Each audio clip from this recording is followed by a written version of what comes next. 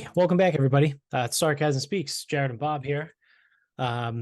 We are fresh out of, a Sunday night, as we usually do, in between what could probably, well, I would say for sure so far this season, we're only 3 weeks into the NFL season, but is most likely the worst weekend of NFL football of the season. It could end up being the worst weekend all season. But obviously we'll wait and see. I'm not going to make that call 3 weeks in when there's still 15 weeks left to go. So, but some of these games have been pretty fucking terrible. So I have an unfortunate reality check for you. It's not going to get any better. It's not. The teams aren't that good. Like everyone and that's the thing is everyone yesterday with college, all this year in college with the NFL, everyone just bitches about the slate. Oh, games suck. The games suck. The games suck. Well, guess what? Maybe the fucking teams just aren't that good. And all these quarterbacks that you think are so amazing, there's really only a handful of good ones. And ones that are actually good. And Joe Burrow's not healthy right now, so fine. But everyone, and especially with the college yesterday, everyone's looking for something that doesn't exist. Like the college games that were played yesterday, that's as good as the football gets. The teams aren't that good. Yeah. They're just not. So Georgia's won on reputation. Michigan's probably is too. Texas probably is 3 so far. And it's right. Do you really trust Texas or Michigan to be there at the end? Probably not. And if they are, then that means Ohio State isn't. Right. So it's right. You're kind of fucked on this one. And then with the whole transfer portal shit in college, the wealth spreads, right. I don't even know who Washington. Washington's probably a full team of transfers. And they might knock off USC, and then all of a sudden it's USC. I thought USC was the team. It's no. Right. And now when you look at the pro game, you get a different issue, but still the same type of thing. If you want consistency in who's good, who's not, which teams are good, which teams show up, which teams play well when they're supposed to, then you need top, legit, real level quarterbacks and coaches. Right. So I think part of it is the coaching issue. Yes. I think the coaching in the NFL isn't very good. Part of it also is the quarterbacks aren't as good as some people think. Right. Okay, so who do I have right now? I got Seattle, Carolina. So Carolina's playing Andy fucking Dalton. Seattle has Geno Smith. Geno Smith is not going to come out and light it up every week. He will light it up some weeks. He won't light it up other weeks. Right.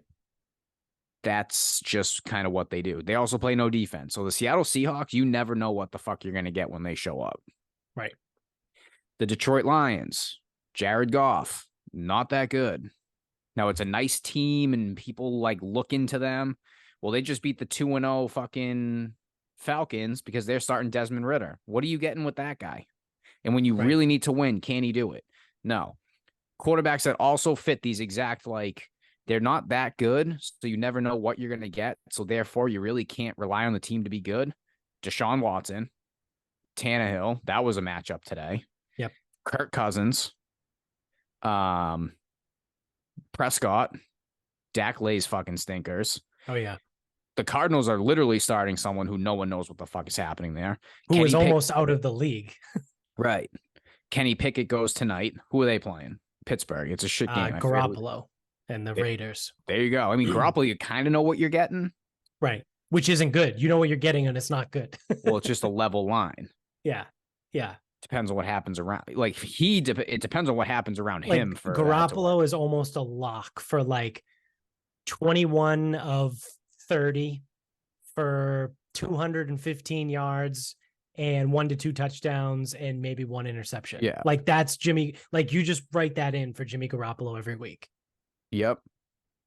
Josh Allen is either now the reason Josh Allen can put it together more oftentimes than not is because the description of him either being the best quarterback in the NFL or mentally challenged.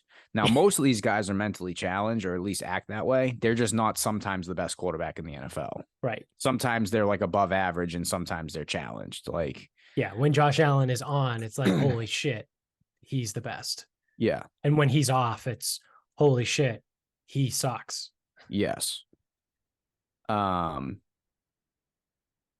like this is what you get in this NFL. Like you like and everyone wants something that doesn't exist. There's no more Brady, Manning, Phillip Rivers, Drew Brees, Aaron Rodgers, like those types of guys all in the league at the same time.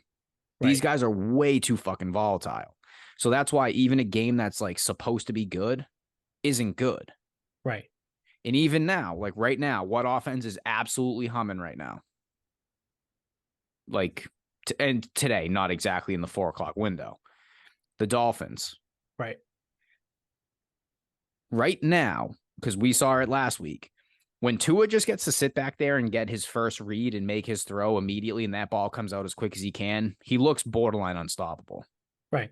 Some team will somehow figure out a scheme where he has to either double clutch or he doesn't get to do that, or they actually tackle on defense. That's an interesting concept to play against the Dolphins, actually tackling, which the Patriots... you have a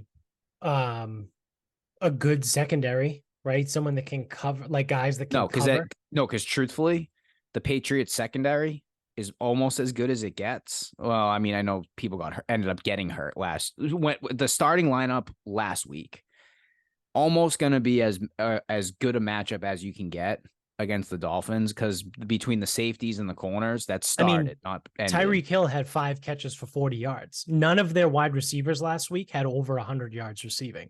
Right. And if you paid attention to what happened, Bill let them get the catches and then just make sure you get the tackle. Right. And that's fine until you don't tackle Raheem Mostert. That was the problem. They got gashed on the ground. Yes. But like, even still, like if you let them get theirs, he broke the one. Right. Because that was the difference in the game. Right. They needed a stop. And instead they gave up a huge play. So not only did it wasn't even like a methodical drive when they really needed a stop. They gave up the one big play. And Max still had the ball to win the game. Fine. Some team will figure out how to make Tua either double clutch or not let people get behind you. Like, dude, that was the big thing today. No one tackled for the Broncos. Yeah. Nobody tackled. And then you let Tyreek Hill behind you early.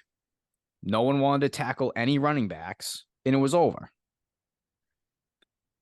They're not unstoppable. They're a very good offense. And when he's firing, when the ball gets into his hands and he's throwing right away, that is a tough thing to cover because their receivers can beat anybody in a zone or one-on-one because that ball's out too fast. Because I'm looking now. Next week they're at Buffalo. This is Miami. They're at Buffalo. Maybe, but also that game could just turn into a barn burner because both of those offenses can just score in like 3 minutes. And truthfully, I don't know much about the Bills defense right now. They've also played fucking absolute stinkers of games. So like I don't know if their defense, like, so their linebackers are pretty good, but outside of like linebackers getting into like some of the zone lanes or like so kind of playing in coverage a little bit. Looking at Miami's schedule, dude, they got a pretty sweet schedule. So they're at Buffalo, like I said, next week. Then they play the Giants. They'll smoke them. They'll smoke the Panthers the following week. The week after that, they're at the Eagles, which has in my opinion, the best defensive line in the NFL, but their secondary is not good because Mac fucking Jones threw for like 400 yards against the Eagles secondary with Juju Smith-Schuster, Pop Douglas, and fucking whoever else, Hunter Henry, right? Like those guys ran for like 400 yards against the Eagles secondary. So yes, the Eagles defensive line in my opinion, best in the NFL. Their secondary, not good. Their So- secondary is fine. James Bradbury and Darius Slay are both legit number one cornerbacks. Yeah, but they Matt threw lost 54 times. They lost CJ Gardner-Johnson too, who was a really good safety, and He's on Detroit now. yeah. Well, he's hurt now too, but I also don't know who their safeties are because they lost a safety during the Patriots game. Yeah. I don't know if he came back. Yeah. Then they play the Pats again in Miami. They'll crush They'll because win that. they always win in Miami. Then they go to the Chiefs, which by week 9, They'll gash the Chiefs. It'll be interesting because right now the Chiefs defense looks good. But this is the thing about football. They'll right? gash the Chiefs. But they're not. so the Chiefs defense is not that good. So this is the thing about football in the NFL is in week 9, that's what, 6 weeks from now, anything could happen, right? Like if the Miami offensive line, like a couple guys on the offensive line go down, then like if the center gets hurt or if the guard like gets nicked up, right. like and by the time you get to week 9, like Chris Jones might get 6 sacks in that game if there's no, if the starting guard or the starting center gets hurt. Or on the flip side, if Chris Jones gets hurt, Miami might throw for fucking 700 yards because Chris Jones is literally that defense. It's wild how different their defense looked from one week to the next. So then they're on a bye week in week 10. Then they play the Raiders. They'll fucking destroy them. Then they're at the Jets. That is going to be probably the first time they actually get tested with like an all-around good defense in week 12. So it takes them until week 12 to play like a legitimate top tier all over defense, right? Like I'll be interested in that Philly game because if the ball's coming out as quick as it normally does, then that'll neutralize the defensive line. But they've got a couple, like Nakobe Dean can run. They got some guys on the edge. Like you don't want edge guys in coverage, but at least they can like run and take up space. And like if they're if they're supposed to drop, they can probably get to their spot in time. Right. And if they get like any type of push, like will he have to it's all about will he have to double clutch? Like that's really what it comes down to. Or but if he gets to take his 3 steps and that ball is already starting to come out, like you're not beating that because he and this is the thing with Tua. Everyone always one hit away. Every fucking quarterback's 1 hit away. Right. Yes, he has a concussion history. Fine. But no, every quarterback is 1 hit away. Yeah. But with Tua, he's really good at that. And like the ball comes out quick, it comes out accurately, it comes out on a line. Like, right. It's when he doesn't have his first read, he looks mediocre. It just so happens that there hasn't been a team yet to make him go to his second read. Right. Patriots a little bit, and that's why they seemed like the most average they looked. With Christian Gonzalez, when he was covering Tyreek Hill last week, he had 3 targets. He had 2 catches on 3 targets for like 22 yards or something like that. Yeah. So, and they just didn't let him behind, which is perfectly fine. But then to round out the Dolphins season, they're at the Commanders. Whatever. The Commanders are fucking overrated. Going into the season, everyone thought the defense was going to be good. They're clearly not that good. Then it's the Titans, which are fucking gross. The Titans are absolute trash. Then it's the Jets again, but they get the Jets at home this time. So that'll be obviously another test. And then it's home against the Cowboys. So that's a pretty solid defense. Some people might say it's the best. We'll see. Yeah, I know. After this week, they're getting gashed by the Cardinals. Arizona. Then they're at Baltimore, which I think Baltimore has a pretty solid defense this year. Finally, plus they can move at the linebacker level. Yeah, Patrick Queen is a fucking monster. They have Roquan Smith. Yeah, and Roquan Smith. They have both of them. So, and then they finish the season against the Bills. So the end of their last 4 games are Jets, Cowboys, Ravens, Bills. Like those are 4 solid defenses. Yeah, they could limp their way in. But until then, like I said, like before week 12, they play one good defense, which is the Eagles. right? I mean, I guess the Well, Pats are a they got decent New defense. England. Let's as much as we fucking hate watch that team currently constructed. Yeah, The defense is good, and the defense actually does have the pieces to play against Miami. They generally do. Now, will those pieces be healthy by the last week of October? I don't know. Marcus Jones is eligible to return by then. yeah, So if your starting cornerbacks are Jonathan, Marcus Jones, and Christian Gonzalez, with Jack Jones being your fourth, I mean, I like that a lot. right. With three healthy safeties and the healthy rotation of linemen, fine. Which two defensive linemen went down today with Dan Aquale and Devon Godshaw. Yeah. Which hurts depth, but you've still got, you know, Barmore guy. There's still dudes that can come in. But anyway. Yeah. So yeah, I mean, they're gonna have to but this is the other thing. It's the NFL, so some team is going to scheme correctly, and it'll like I'm not. Yeah, it'll be the Panthers, right? Like they'll play the Panthers in week 6, and the Panthers will win like Well, that's my 30, thing. So 31 to 30 or something like that. And if you really think about it, so the Panthers. By the time you play the Panthers, you might have J.C. Horn and C.J. Henderson on the outside.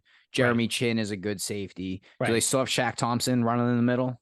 He got hurt last week, so I don't know what his deal is. Health, whatever. He didn't play this week, but I don't know what his deal is. They've got some defensive linemen that can actually play football. Brian Burns is fucking nasty. Go Knowles. Gross Matos is there. He can at least he is a fucking football player. Right. So it's like it's sneaky. And I don't know, but again, I don't know who the coaching staff is there. Frank Reich. It's fine. I love him on offense. I don't love, I mean, I don't know who their defensive coordinator is. I don't either. So that's something where it's again, I don't know the deal, but maybe the personnel just matches up. Right. And maybe maybe Burns just happens to get an edge on one of those guys, and he's just in the backfield all day. Right. And Miami still wins, but then it looks like ooh, these guys look they don't look like 70-20 today. Right. Because it is the NFL. No team. The only team that was like that was the 2007 Patriots. And by the end of the season, people were starting to figure it out a little bit. Right. They were having to win closer games. They were having to get lucky. And then it didn't fucking work when it really came down to it. Yep. So. Yeah, I mean, to your point earlier, I think the coaching in the NFL is a big issue as far as not having good product. So my original point, right, with the games being shitty is I'm fine with teams that suck, right? Like right now. Well, because if you actually watch this Panthers Seahawks the Panthers game, and the Seahawks, that's an entertaining game. That was pretty good. When I watch football, I just want to be entertained, right? So the scores, Seahawks, Panthers, good game. It's almost over, but it's 29-20. Yeah. Chargers, Vikings was good. Cowboys, Cardinals going on right now is 28-16 Cardinals. The Cowboys look fucking lost in this game. Not a great game. Chiefs 41, Bears 10. Ridiculous game. Colts Ravens was a good game that went into overtime. Colts won. Gardner Minshew, my guy, who I want. I'm blown away that no one will give him a starting job, an opportunity in the NFL, but all he does is win games. He came in and won today in overtime with the Colts. Albeit it was kind of a bullshit call. There was pass interference on Zay Flowers that they didn't call. Whatever. We don't need to break it down here, but that was a good game. Browns Titans. Terrible game. Browns won 27-3. Lions Falcons, terrible game. Lions won 20-6. Packers Saints. That was good. It was competitive. It was a dog shit game until midway through the third quarter, when Green Bay figured it out, and then in the fourth quarter, Green Bay scored 18 unanswered points to win 18-17. So all things considered, it ended up being a good game. But like if you take out the first half, like the first half sucked, wasn't good. Texans Jaguars. Texans beat the Jaguars 37-17. Wasn't really a good game. There was at no point did Jacksonville look like they could fucking pull it off. Then obviously, as we mentioned, the Dolphins beat the Broncos 70-20. Chargers Vikings, that was a good game. Chargers won 28-24, came down to the very last play of the game. Kirk Cousins threw it to the end zone, ball gets tipped, gets caught by the Chargers for an interception, game over. But that was a good game. And then the other game so far, the Buffalo Bills beat the Washington Commanders 37-3. Right? So of all those games that I just said, 1, 2, 3 games. Well, 4 if you count the Patriots. So 4 games. Well, it depends on what you. So this also are within one score. Yeah, I was gonna say it depends on also what you like, because if you because some of these people are also making this argument like, oh well, that Vikings game that you shouldn't have been like that because Brendan Staley's an idiot and then Kirk Cousins sucks. So it's like it wasn't a good game. It's like, well, it was fucking competitive. Like, what the fuck again? Right. What the fuck do you want here? Again, that's what I said. Like, do you want Brady Manning? Do you want Brady Manning in every game? Like all games? Because that's not how this works. Yeah. Like, I don't want to watch the Buffalo Bills beat the Commanders 37-3. Like, that's not fun. Yeah, like I would argue that this Cardinals win was fun because they won by 12. Dallas, I mean, I had it kind of going. So it's like one of those things like the second biggest underdog, actually tied for the biggest underdog of the week, is winning and moving the ball. And they're making plays and they're doing this. And then you're sitting there being like, can Dallas do this? Can they come back? Can they make a stop? Can they do this? They get to the red zone. 1st and goal. Stop. 2nd and goal. Stop. 3rd and goal. Stop. 4th and goal. Go for it. Stop. It's like, oh, shit. Then ball heads back the other way. Then Dallas comes back and it's like they're in the goal line again, or it's 1st and goal again. Like, is this going to happen again? Like, I would argue that that's a good game, even though it wasn't particularly close. Right. Because it was compelling that, you know, you got the team that everyone thought that was going to tank kind of having their way. Yeah. Them and the Texans, like the projected number one fucking overall picks. Yeah. They both kind of had the game in hand. Which now is pretty obvious it's going to go to the Bears. The Bears are bad. The Bears are very bad. Good GMing though. They got they traded out last year. Who'd they even take? I don't even know. Well, they traded the number 33 overall pick for Chase Claypool. Yeah, that was gross. But what did they trade to get out of one? Who did they take? They take a lineman? They must have, because I don't know anybody that they took. And if I can't think of anyone, then that probably means they took a lineman. Yeah, so I mean, if they're bad, you know, I don't know. I know Caleb Williams threatened fucking staying in school, but yeah, I mean, if he's there, yeah, they took Darnell Wright, who was the tackle from Tennessee. With the 10th overall pick, they traded down to 10. Well, they might have traded twice then. Yeah, let me see. Yeah, they did. So Chicago traded the number 1 overall to Carolina in exchange for DJ Moore, the number 9 and 61, and then a 1st round next year, and then a 2nd round in 2025. So their number 1 overall pick became DJ Moore.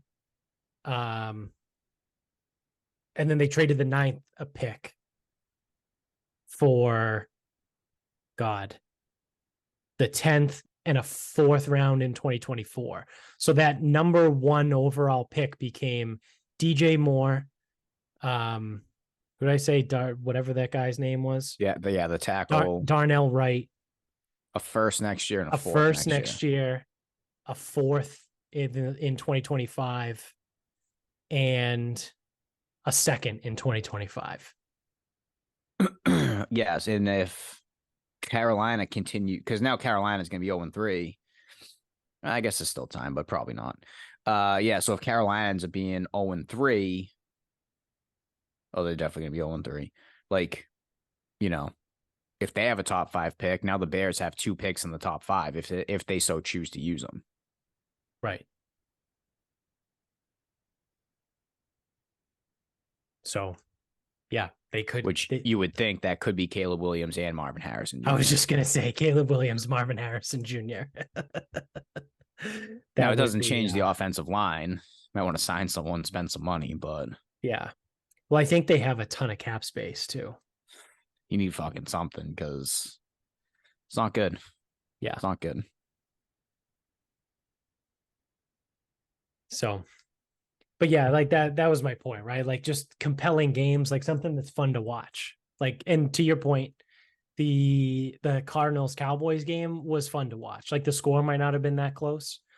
But it was still entertaining, right? So I'm fine with that. But it's like you said, the dog shit games, which is a combination of exactly what you said, of the teams not actually being that good, plus the coaches suck. Yeah, I mean that's what. But that's the thing. That's reality. Like, yeah. That's what this is now, and again, I don't know what caused it. I just know like that's the deal. But I would love to go back to like. I bet you if we looked at 2006 NFL passing leaders, now this won't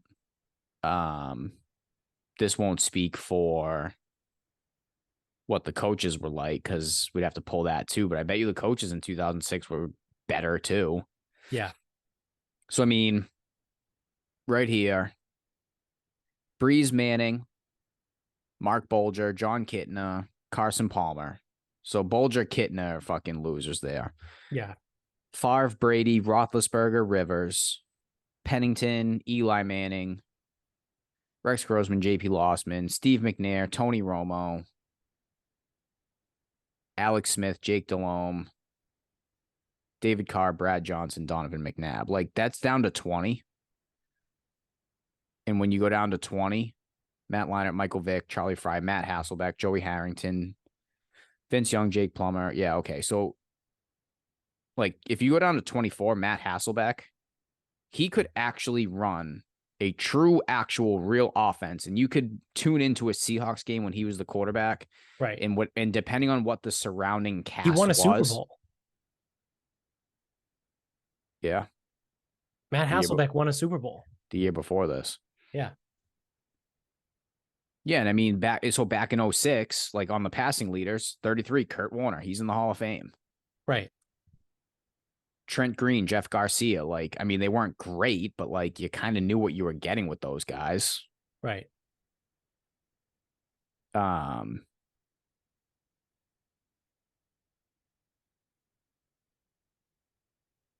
think that's too right around when the NFL started to shift. Like I think the 07 Patriots kind of changed the league a little bit. So then from like 2009 to, I don't know, call it 2017 was like peak NFL because that's when that also coincided. That's when you had 2007 Brady, Manning, Rodgers, Breeze, Rivers, Roethlisberger, Matt Ryan. When Matt Ryan was actually good, he did win the MVP. Like, that's like all those guys are unreal. Like, how many really good quarterbacks are there in the NFL right now? There's Mahomes, Herbert, Burrow. Well, so here's the thing with Herbert. Until his team has any level of success, you can't. So if you want to say he's a good quarterback right now, I'd agree with you. But if we're doing something where we're speaking about a Breeze, Favre, Manning, Roethlisberger, Roger, like he is not that. You're not going to put Herbert is not in the same breath as a Favre, Manning, No, because Rodgers. week one of the playoffs this year, if it's Chargers at Chiefs, do you have faith that Justin Herbert can lead that team as it is constructed and feel confident that he can control a game to victory against the current Chiefs team? Probably not. And But I think now a that's a little bit function more of the that franchise. has to be the coach and the franchise. It's a function of the franchise. But in 2006, now this isn't fair because he won the MVP. Would you trust Phillip Rivers to walk into Indy and potentially win that game with some level of confidence? Yeah, because Phillip Rivers was that dude. Right. Now, again, I know the teams were a little, it's different because, again, he didn't win the MVP. Phillip Rivers also had LaDainian LT, Tomlinson. Yeah, he had LaDainian Tomlinson won that MVP. One of the greatest running backs of all time. Right. Now, I think one of the issues that people deal with, like some people might be listening to this right now. If anyone's listening to this and they don't like football, well, sorry.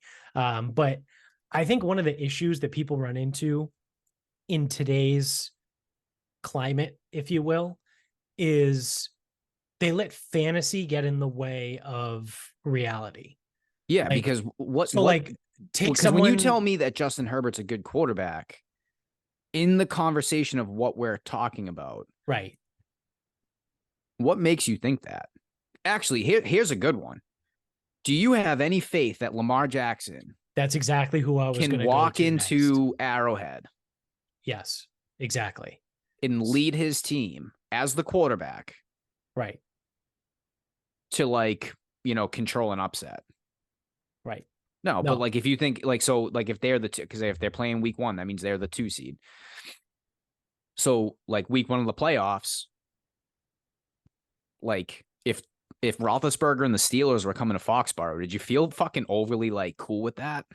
Generally not. No, you're a little concerned. Oh shit, here we go. Yeah. And it's like a Steve McNair Titans team. It's oh shit, listen, they might not be that good, but that guy's back there right now. Yeah. Yeah, so I think some of it coincides too. 07 was the Colt Brennan Hawaii team, and 09 was the Graham Harrell Texas Tech, Mike Leach, Michael Crabtree. Yep. That's also, I think, when the major spread offenses and especially the Big 12, that's when those things started to kind of gain. And obviously fantasy football has taken off since then. Right. But again, in an NFL front office, they don't use fantasy stats as well. I mean, but they're using advanced metrics of some kind. Yeah. Whereas you can't measure does this dude have the testicular fortitude to fucking go win a game on the road? I don't know. So the example I was going to use was Lamar Jackson, right? As someone who has won the MVP, but is he a good quarterback? In the same vein as we said earlier, as a Manning, Rodgers, Favre, Breeze, No, I don't. That's the thing. He's not. I don't. Yes, he won the MVP, but he's not an all-time quarterback. No, I don't trust him with the ball in his hands to control a game and win and just matriculate the offense the way that some of the guys we're talking about are. Yeah. So if Lamar Jackson is a top 5, he's certainly top 10, but a borderline top 5 quarterback in the NFL right now, then that tells me that the quarterback class, or whatever you want to call it, isn't that good. It's and again, this is away from fantasy. We're not talking fantasy. We're talking a guy you need to be the quarterback to run your team. It's Patrick Mahomes, and then it's a massive drop off, and then it's everybody else, right? I would probably put Josh Allen in that second tier behind Mahomes, but it's a big drop because, we already said, when Josh Allen is on, he looks like he's better than Mahomes. But when he's off, he looks fucking terrible. Yeah, but Josh Allen also hasn't got past Mahomes or Burrow. Right. But that's the thing. When has Pat Mahomes not looked good? I can't really think of a time. 3/4 of the 2018 AFC Championship game against the Patriots. Yeah. But he generally figures it out, right? So it's like, all right, Joe Burrow, he's a good quarterback. So he's in that When second healthy. tier. Yeah, he's in that Right now he second looks like tier shit. with Allen. So it's like after Mahomes, it's Burrow, Allen, and then who? Well, you want to know it's an unpopular one, but like track record has shown it's Matt Stafford. Yeah, that's fair. Well, That's a fair point. so again, like if we're talking about like the old guard, I mean, he's more fucking John Kitna than Tom Brady, but like that's the problem is like Matt Stafford, like the only reason I don't trust him to move the ball down the field and kind of control the game is because I know the ball can always be going back the other way.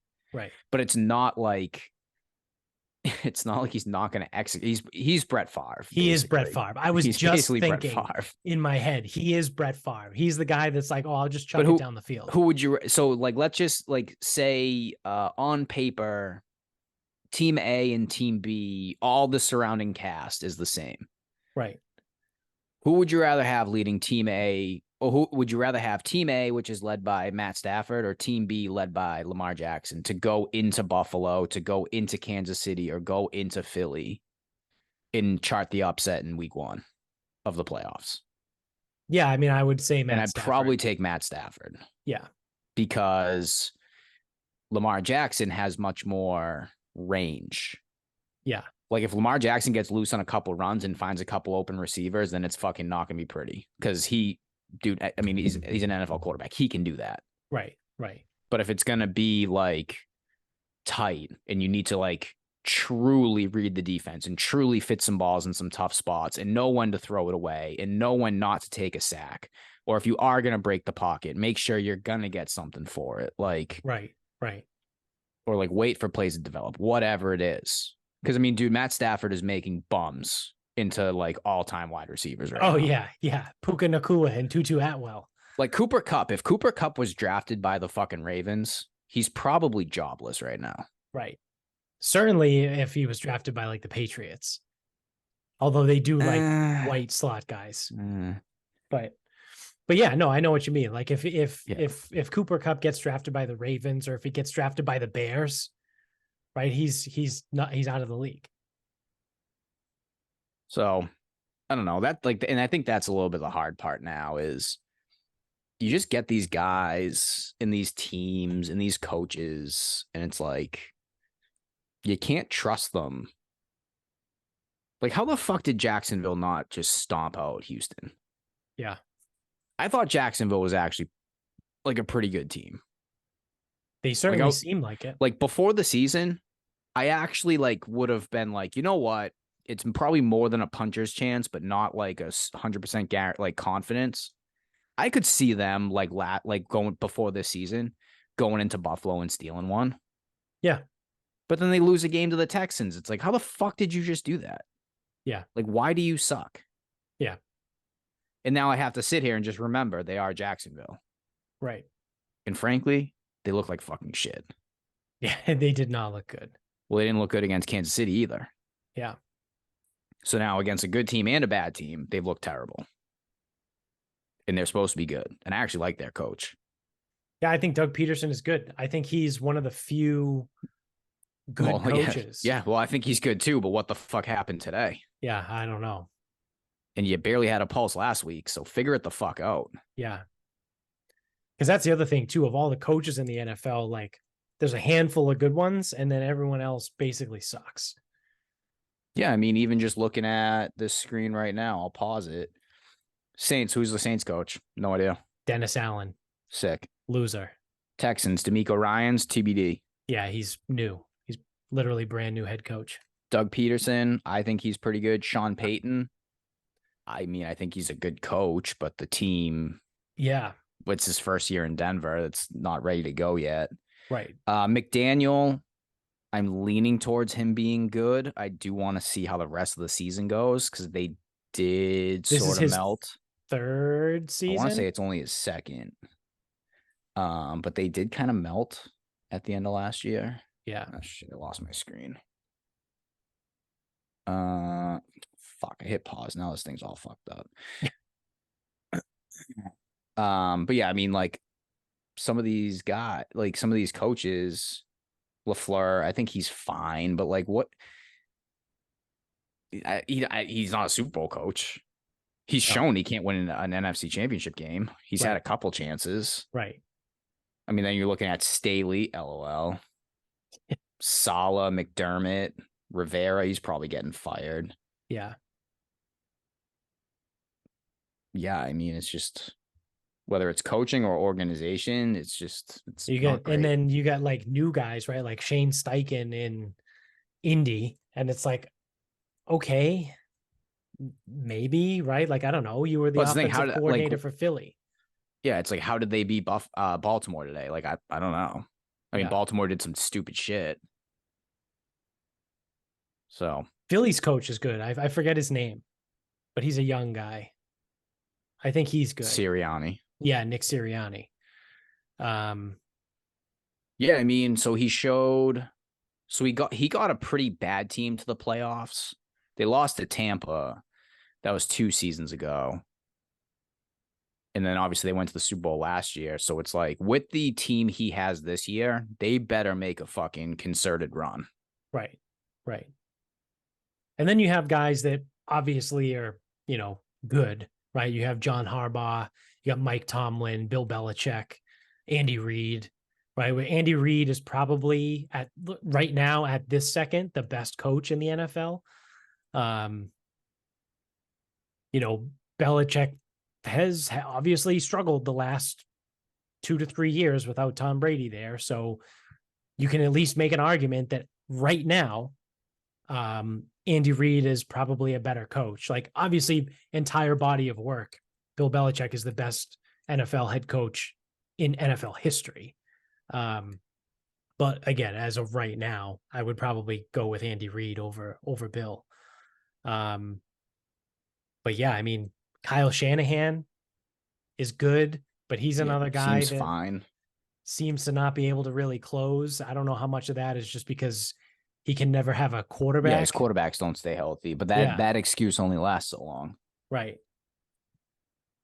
Like Kevin O'Connell, like Oh, that's TBD. I don't think he's that good. I know he's not that good. He was there last year, right? Yeah. Yeah, they got stomped by the fucking Giants in week 1. Like that should not happen. So the game wasn't even particularly close. Josh McDaniels, not good. I don't know who the Bucs head coach is. Todd Bowles. He sucks. He's bad. Sean McVay. He's okay. Like he came out like, and he was like the fucking wonder child when he first came into the NFL as a head coach, and then his team just fell apart after that. Like, yeah, he won the Super Bowl, but like, hasn't really done much else since then. Well, I mean, so he went to 2 Super Bowls and he won one of them. That was in a 4-year span.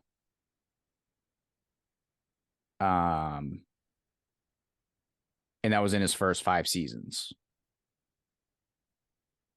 Last year, like, could anyone else have gotten hurt on that team? Like, I think everyone got hurt except Aaron Donald. Yeah. So it's like I don't really want to hold lag last year against them. I mean, we'll see. They could win, they could beat the Bengals in Cincinnati and start 3-0. And it's like he might be on to something. They're 1-1. Who they lose to? I don't know, but I'm looking at their record right now and it's 1-1. Oh, they're 1-1.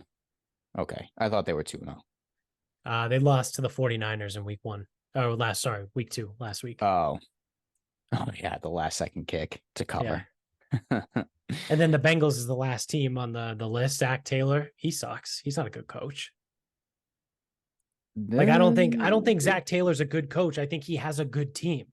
He has Joe Burrow, Jamar Chase, T. Higgins, Joe Mixon, a good offensive line. You know what's funny? I know, like, so anyone that listens to Ian, when he said last year the Vikings overachieved and underachieved, which makes sense because based on their talent, they should have been better. But based on what they actually did on the field, they should have been worse. Yes. I actually think the Bengals fit a very similar category. Like they should be a worse team than they are because their offensive line is usually in shambles, whether it either lacks talent or lacks health. Yes, they have Burrow and a couple weapons, fine. But like defensively, like I don't even know who's on their defense. Yeah. Like they had fucking Eli Apple out there in the Super Bowl. You shitting me? So it's almost like they're another one. It's like, they maybe should be like, you could maybe make the argument that they should be better. Now, an AFC championship game and a Super Bowl loss with Burrow, it's not bad. You'd like to see a win, but you did lose to that Rams team. That was pretty good. Yeah. And it came down to a holding or a PI in the end zone. They were winning that game. But yeah, like it's almost like, I don't know. I actually think he's getting them to overachieve in a way. Yeah. I mean, I think the offense carries that team. But it shouldn't because the offensive line is terrible. It's a lot better now. They rebuilt it. Didn't they just cut Lyle Collins? Yeah, but they have Orlando Brown. Ted Karras is the center. Alex Kappa is one of the best guards in the NFL. Jonah Williams was a number one, or not a number one overall pick, but an early first round pick at right tackle. Like their offensive line is much better than it was 3 years ago, Burrow's rookie year. Burrow's rookie year, they were fucking terrible, which is he fucking snapped his leg. And I think, yeah, but even then, like I know they rebuilt because they I think it was the Super Bowl year.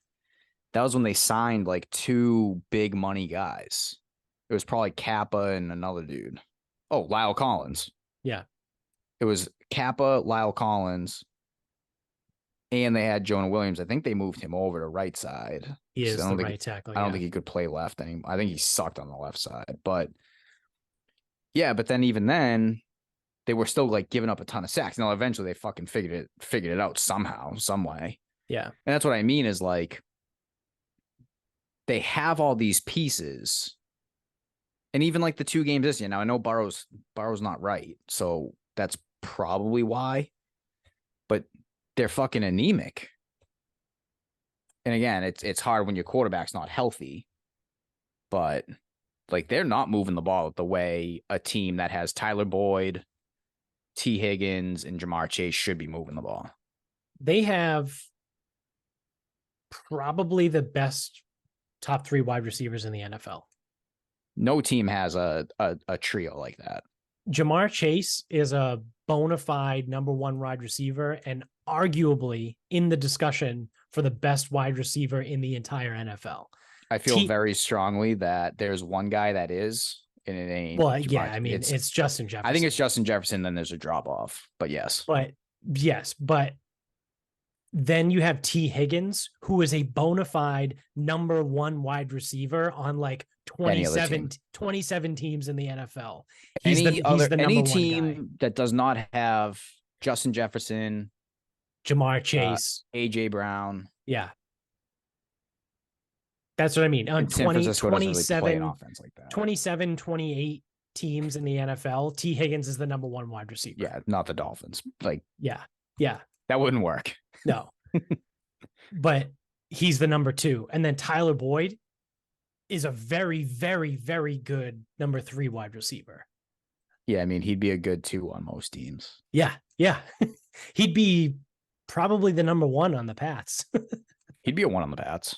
Yeah. So, I mean, they say much. That's why I think they have the best wide receiver trio in the NFL.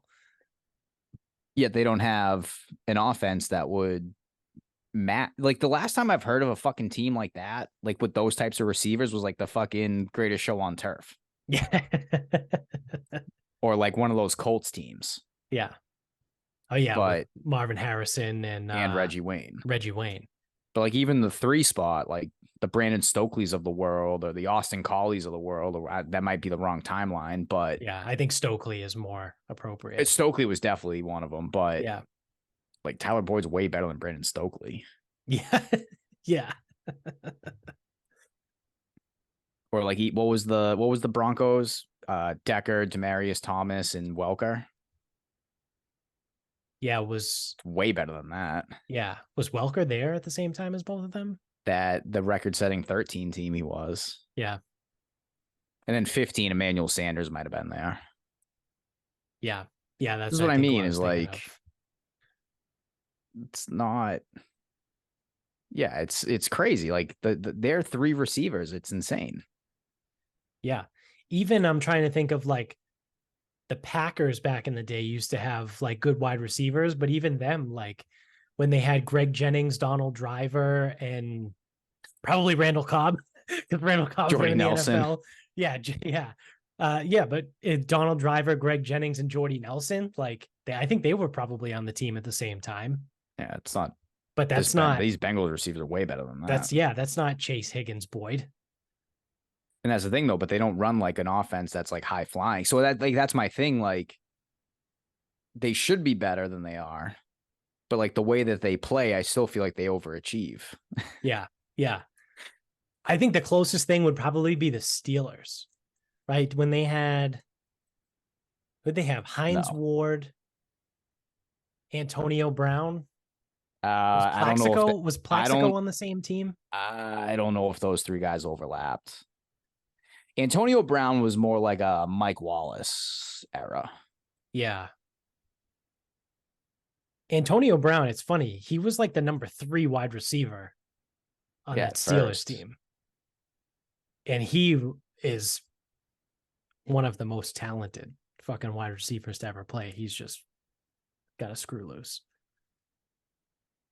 Let me see if I can find it's the 2011 Steelers roster, because Antonio Brown should be the 3 by then. He was drafted in 2010. Well, then the other problem is though. So yeah, it was Mike Wallace, Hines Ward, Antonio Brown. Yeah, that's not even remotely as good as these Bengals. No.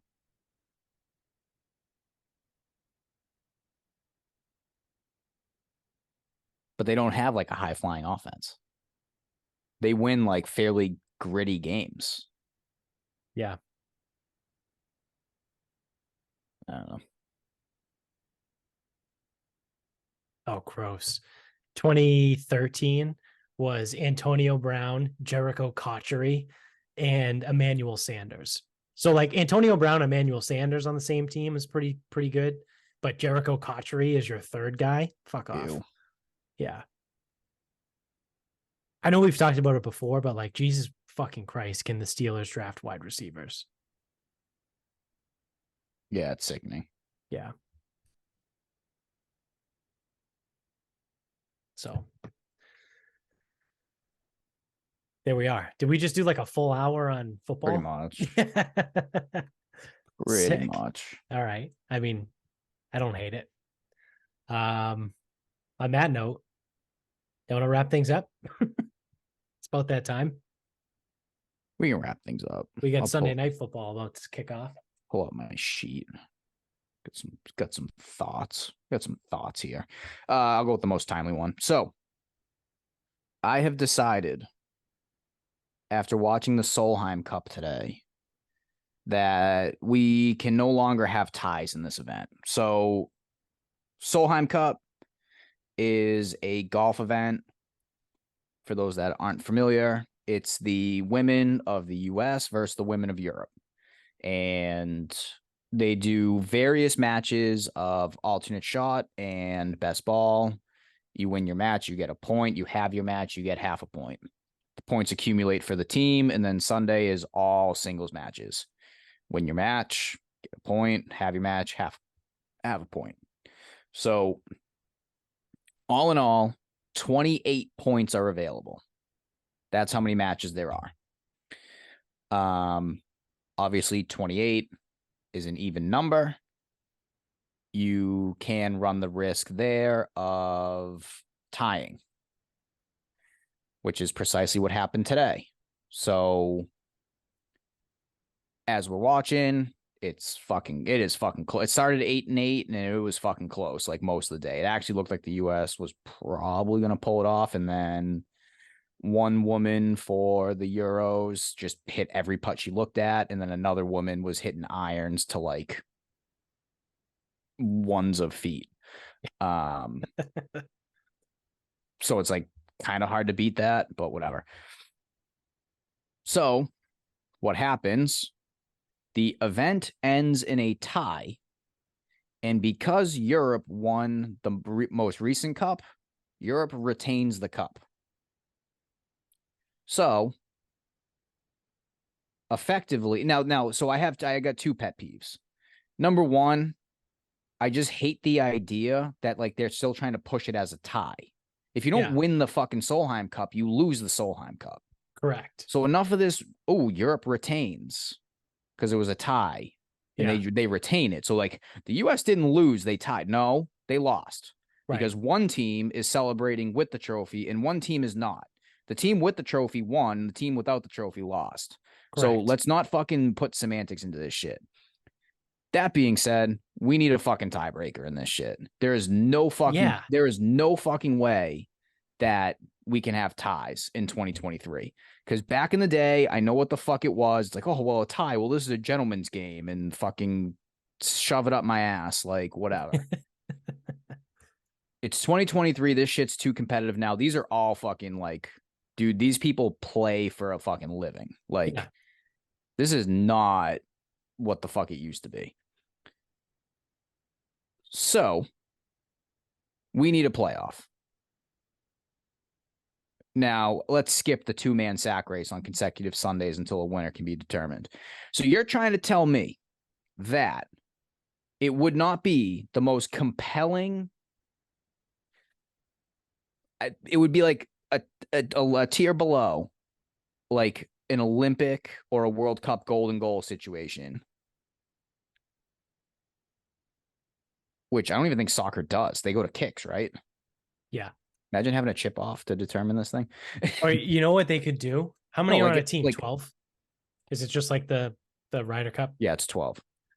So if you did a 12-person alternate shot? No. One person. One-on-one. Europe sends one. US sends one. And you play the 18th hole until a fucking winner gets determined.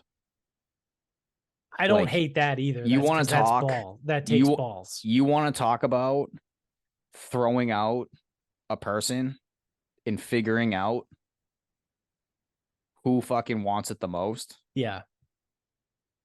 Like, that would be fucking insane. Now it does take. Now I know what some detractors. I mean, for the Ryder Cup, you have to put Brooks Koepka out there.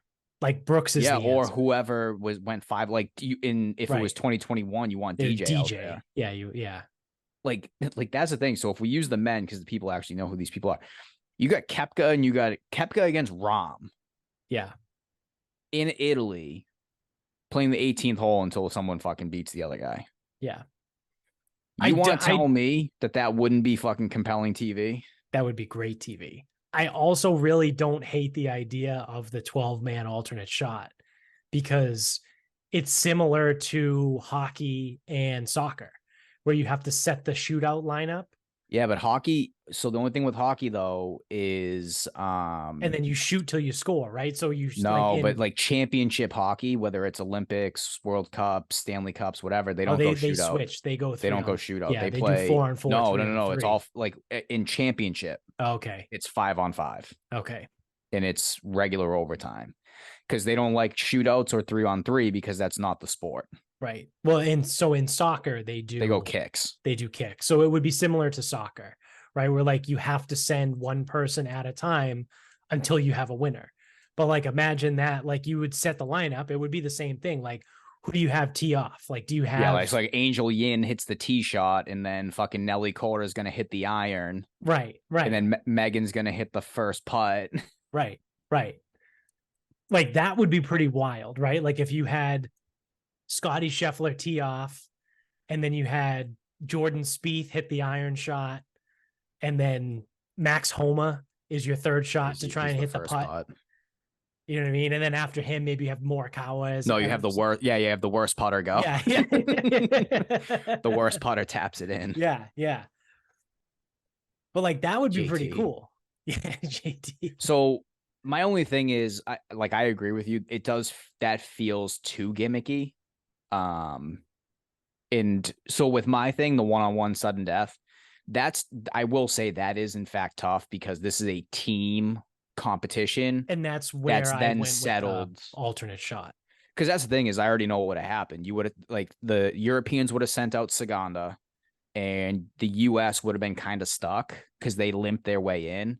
So like their best player was probably Megan Kang, and local guy, and she went out first. So she hasn't hit a shot in fucking hours. Right. So then who are you going to send? Are you going to send Lexi? You cannot send Lexi Thompson. No fucking way. I don't give a fuck that she won her match. You cannot send her. You want to talk about limping her way? She got fucking kneecapped the way in by herself. Like she fumbled a gun and shot herself in the knee and somehow fucking still won. She pulled a Plaxico Burress. Oh my God. And then like Nelly Coulter didn't play that good. Yeah. And the girl before her lost. So it's like, we're kind of going back. Like these girls haven't been playing. And Saganda just threw daggers on consecutive holes. She's like 15 minutes removed from playing.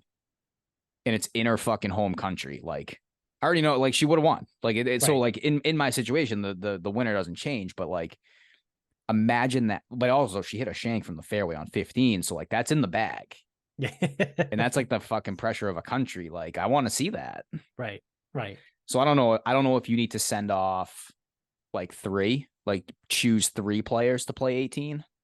Yeah. And, like, take it as, like, a cumulative. Yeah, an aggregate score. Yeah, something like that. Because then it's like, okay, it's not like the full team event, but like it kind of gets the job done. All the fans are already on 18, so they don't need to move. You don't need to shuttle people back. Yeah. And if it's still tied after 3 more. Yeah. Like, and then like that, then it's like the shootout where it's like, if you're down to a fucking defenseman with fucking stone hands, like he's got to go. He's got to take. He's got to go. Like, yeah. So I don't know. That's I because again, it's like now the Ryder Cup is this week, and or like if the Ryder Cup's a tie, the U.S. wins, but like this is so fucking lame. And I know maybe there's like more logistics here, or whatever, that this could be a dumb idea, or you have 13 people on a team instead of 12. So then you could have 29 points. So then you have 29 points available instead of 28. So and now problem solved. No, the only no. The only problem is it doesn't take it out of the equation because of half points. There is a way for it still to be 14.5 to 14.5. Correct. Yeah. So, that's why you're not going to avoid ties. No, I think you need a tiebreaker. And I personally like the 3 players from each side. Separate tee times, like 8 minutes after the first or once the fairway's clear. And then they all play 18. And then if it's still tied after, maybe you go sudden death after that, but it's got to be a new person. Yeah. I like that. Yeah, I like that idea. We just fixed the tie situation in the Solheim Cup. And the Ryder Cup. And the Ryder Cup, same thing. Yeah. Yeah, because that's really fucking lame. When there's like so stupid. When there's a big international sporting event like that, and it just ends in a tie. But that's the thing. But this is my biggest problem.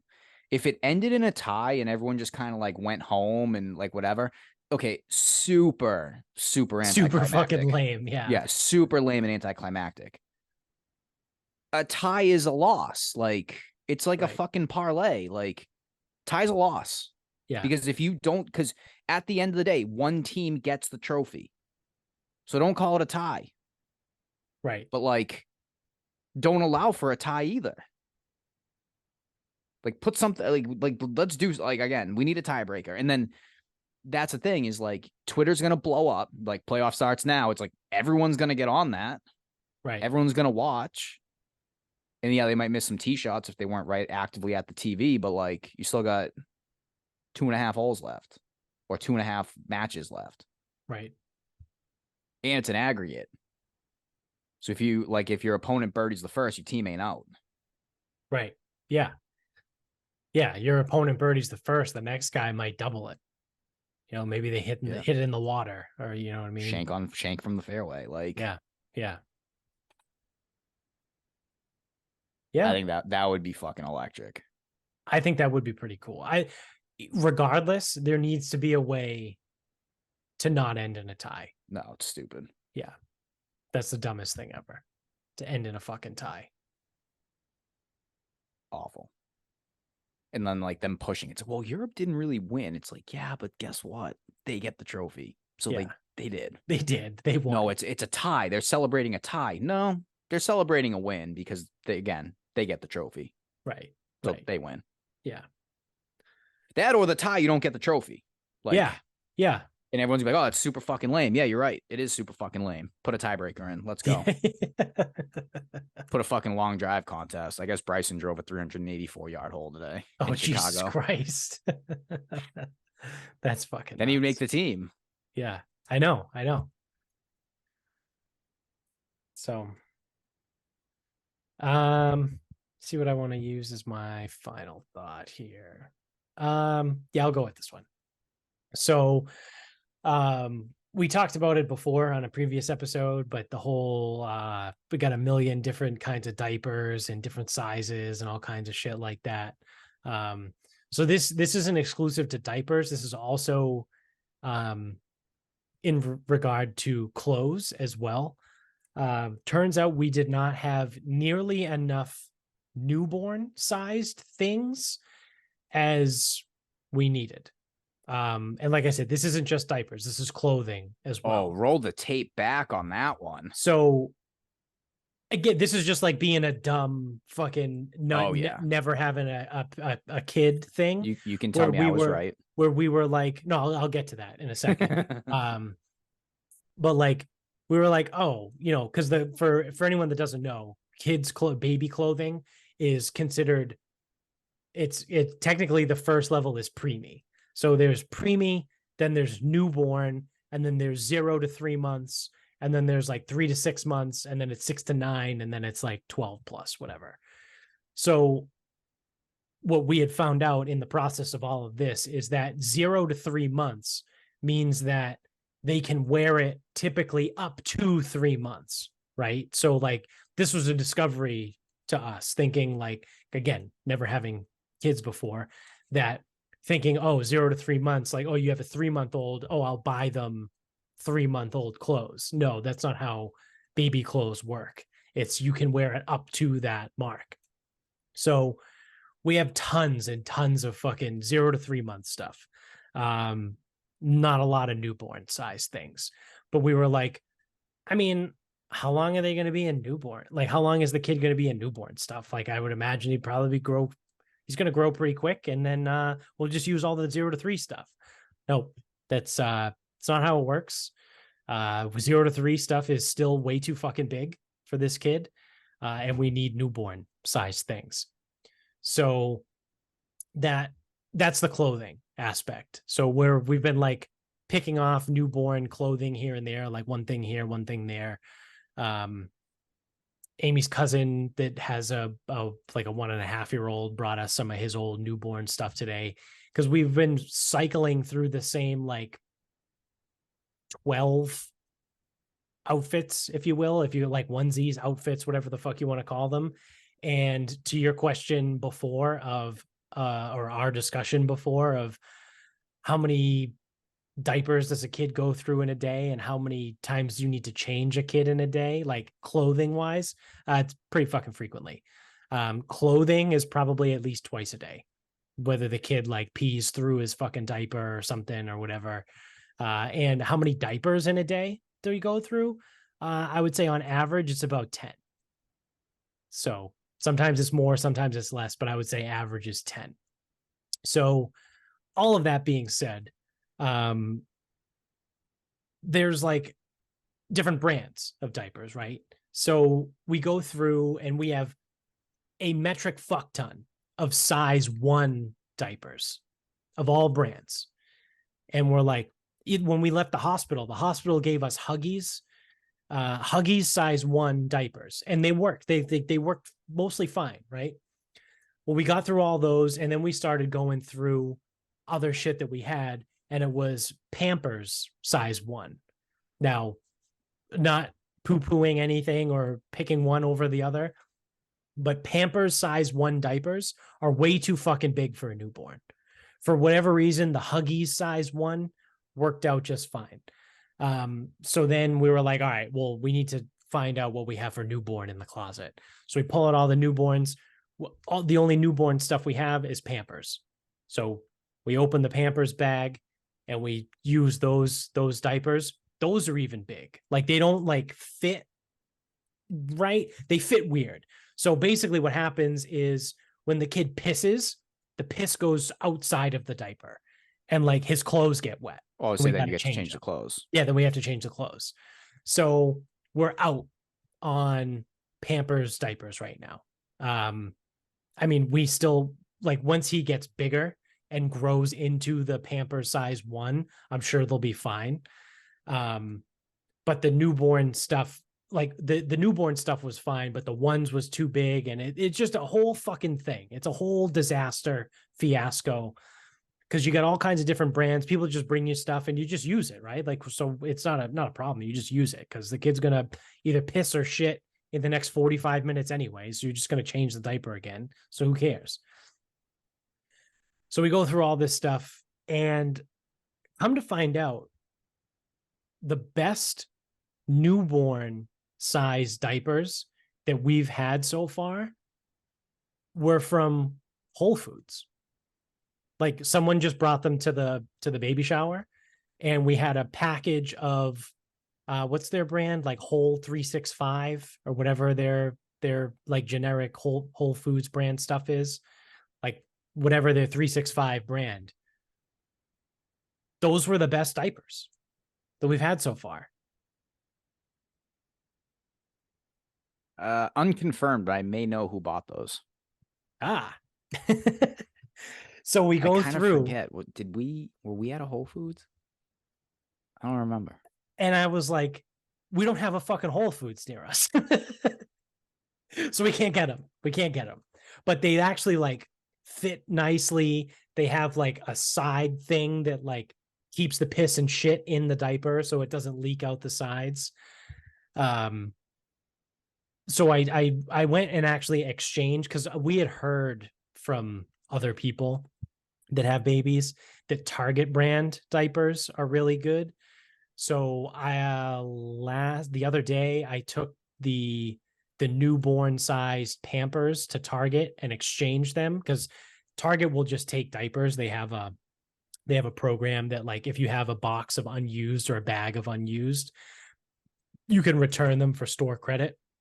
And then obviously you just use that store credit to buy whatever other you want.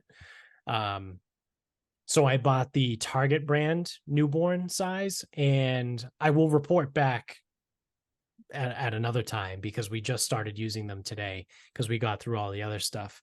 But like, here I am fucking going through a diaper fiasco of like, well, these ones fit better. And if you talk about things on a list that I would ever think I would be concerned about, the brand and size of diaper wouldn't even be on the bottom of the list. It wouldn't even make the list of things that I would ever like spend time thinking about. But alas, here we are. And I'm trying to figure out, which diaper brand fits the best and what has the best this and what does that and all this stuff. And this brand seems good, or we had a tough time with this one because the piss went right through the fucking diaper and went into the fucking clothes. And we had every time he pisses, we got to change his clothes too. So thus far, Huggies gets a thumbs up.